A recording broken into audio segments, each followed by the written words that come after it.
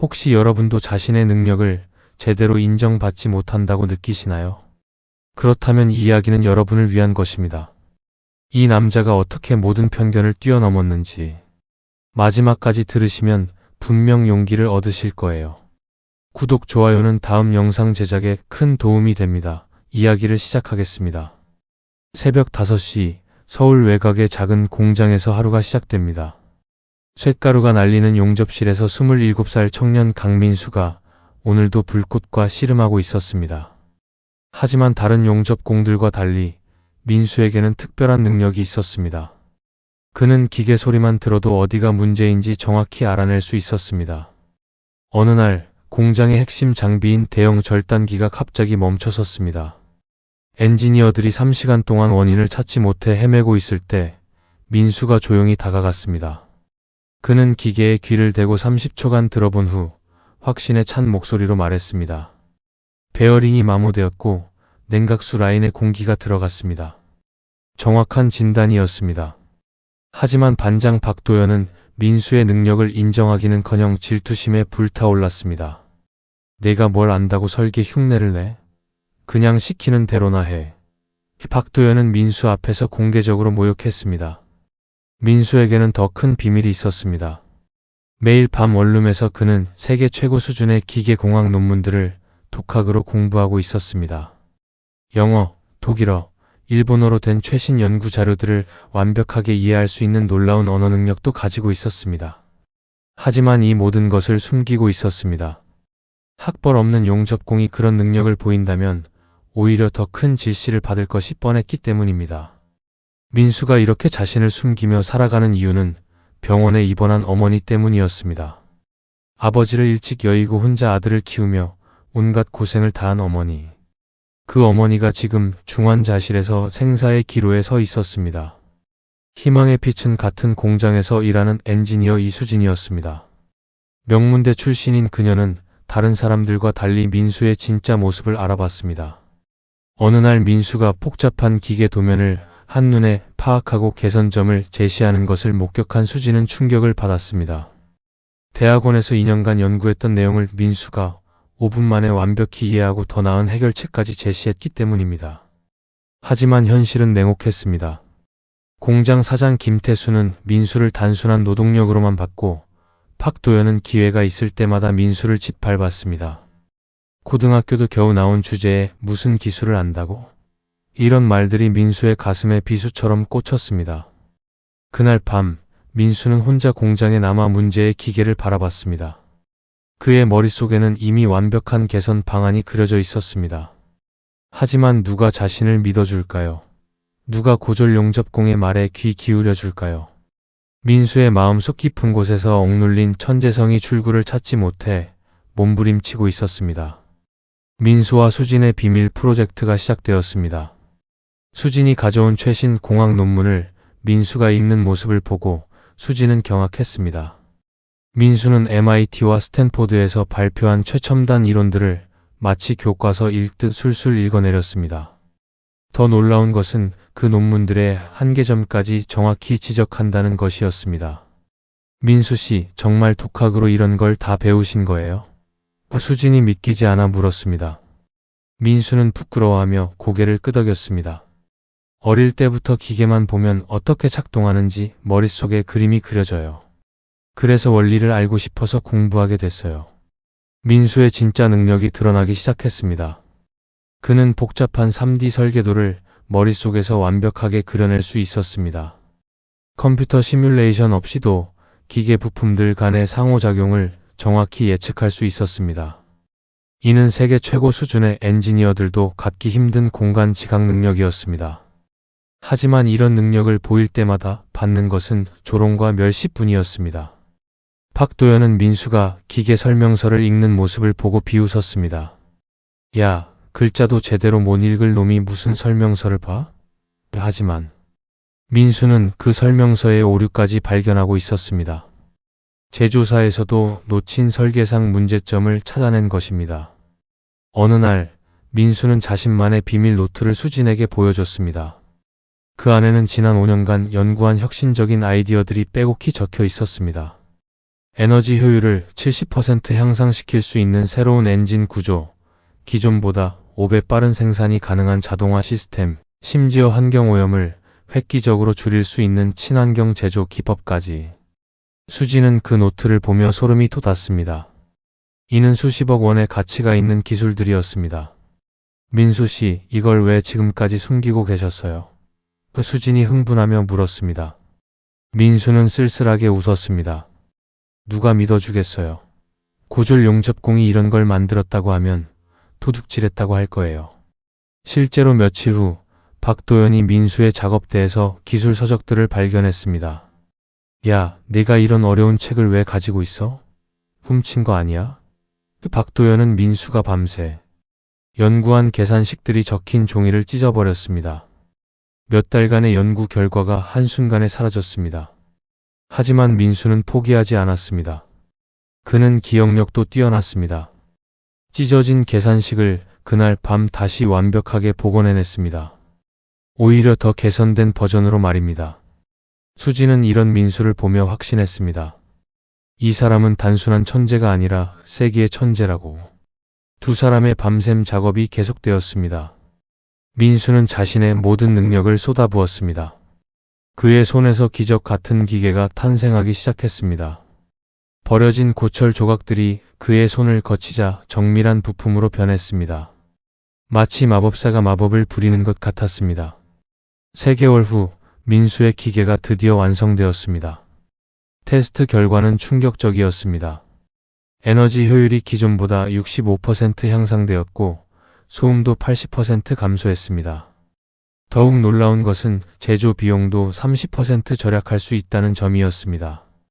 이는 산업계를 뒤흔들 수 있는 혁신이었습니다.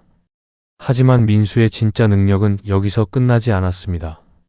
그는 이 기술을 더욱 발전시켜 완전히 새로운 차원의 시스템을 설계했습니다. 인공지능과 결합된 자율 제어 시스템까지 구현한 것입니다. 대학원에서도 배우기 힘든 고급 프로그래밍까지 독학으로 마스터한 것이었습니다.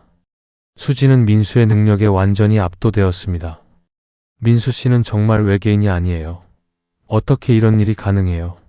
민수는 조용히 미소 지으며 답했습니다. 어릴 때부터 궁금한 게 너무 많았어요.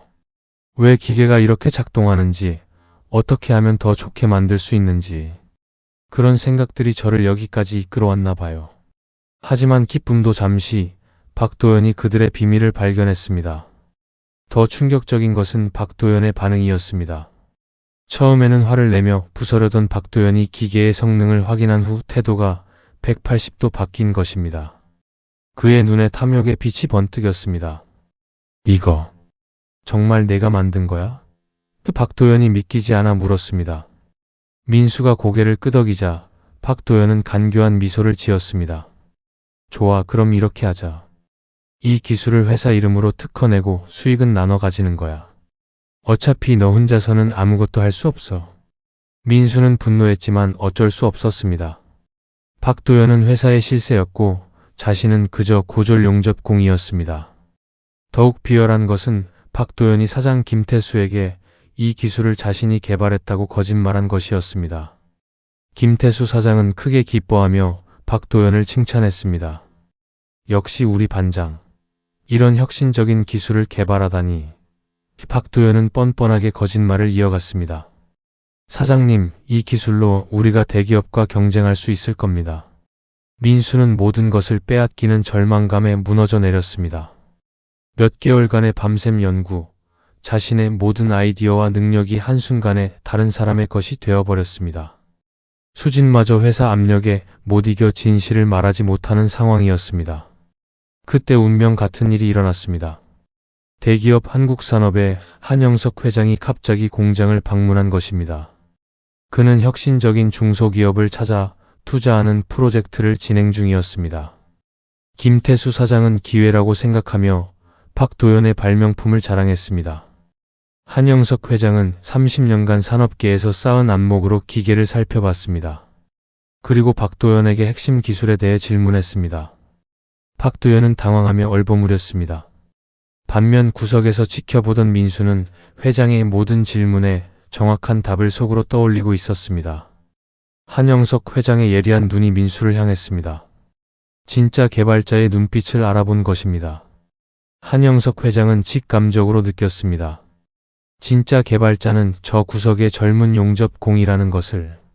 그는 민수에게 다가가 조용히 물었습니다. 젊은이, 혹시 이 기술에 대해 설명해 줄 수 있나요? 민수가 입을 열자 놀라운 일이 일어났습니다. 그는 마치 교수처럼 체계적이고 정확하게 기술을 설명했습니다. 복잡한 공학 원리를 쉽고 명확하게 풀어냈고 심지어 추가 개선 방안까지 제시했습니다.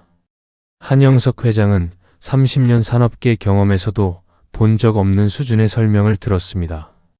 더욱 놀라운 것은 민수가 즉석에서 새로운 설계도를 그려낸 것이었습니다. 종이 한 장에 완벽한 3D 구조도를 손으로 그려내며 각 부품의 역할과 상호작용을 설명했습니다. 이는 최첨단 CAD 프로그램으로도 몇 시간은 걸릴 작업이었습니다. 한영석 회장은 확신했습니다. 이 젊은이는 세계의 천재다. 그는 즉석에서 결정을 내렸습니다. 강민수 씨, 제 회사에서 일하지 않겠습니까? 최고의 환경과 대우를 보장합니다. 박도연과 김태수 사장의 얼굴이 창백해졌습니다. 자신들의 거짓말이 완전히 들통난 것입니다. 한영석 회장은 차갑게 말했습니다. 기업에서 가장 중요한 것은 신뢰입니다. 거짓말로 얻으려던 것은 반드시 대가를 치르게 됩니다. 일주일 후 민수는 한국산업의 최첨단 연구소에서 새로운 삶을 시작했습니다. 그곳에서 민수의 진짜 능력이 폭발했습니다. 최신 장비와 무제한 연구비, 그리고 세계 최고 수준의 연구진들과 함께 일할 수 있게 된 것입니다. 민수는 자신이 숨겨왔던 모든 아이디어들을 쏟아냈습니다. 6개월 만에 15개의 혁신적인 특허를 출원했습니다. 각각이 수십억 원의 가치를 가진 기술들이었습니다. 세계적인 공학 저널들이 앞다퉈 민수의 논문을 게재했습니다. 가장 놀라운 것은 민수가 개발한 차세대 에너지 시스템이었습니다. 이 기술은 전 세계 에너지 문제를 해결할 수 있는 혁명적인 발명이었습니다. MIT와 스탠포드에서 공동 연구를 제안했고 노벨상 후보로까지 거론되었습니다. 한영석 회장은 감탄했습니다. 민수 씨, 당신은 한국이 낳은 최고의 천재입니다. 앞으로 우리 회사의 미래를 맡아주십시오. 민수는 겸손하게 고개를 숙였습니다. 회장님이 저를 믿어주셔서 가능한 일이었습니다. 하지만 민수가 가장 기뻐한 것은 어머니의 완쾌였습니다. 최고의 의료진과 치료법으로 어머니는 건강을 되찾았습니다. 민수야, 엄마가 너를 믿기 잘했구나. 어머니의 눈물 어린 미소가 민수에게는 그 어떤 상보다 소중했습니다. 1년 후 민수는 세계가 주목하는 젊은 천재 과학자가 되었습니다. 그의 기술들은 전 세계 산업을 혁신시켰고 환경 문제 해결에도 크게 기여했습니다. TIMEG는 민수를 세계를 바꾼 100인에 선정했습니다. 국제기계공학학회에서 열린 민수의 기조연설은 전 세계에 생중계되었습니다. 진정한 천재성은 학벌이나 출신이 아니라 끊임없는 호기심과 열정에서 나옵니다. 저는 철가루 속에서도 별을 바라볼 수 있었기에 여기까지 올 수 있었습니다. 수천 명의 청중이 기립박수를 보냈습니다.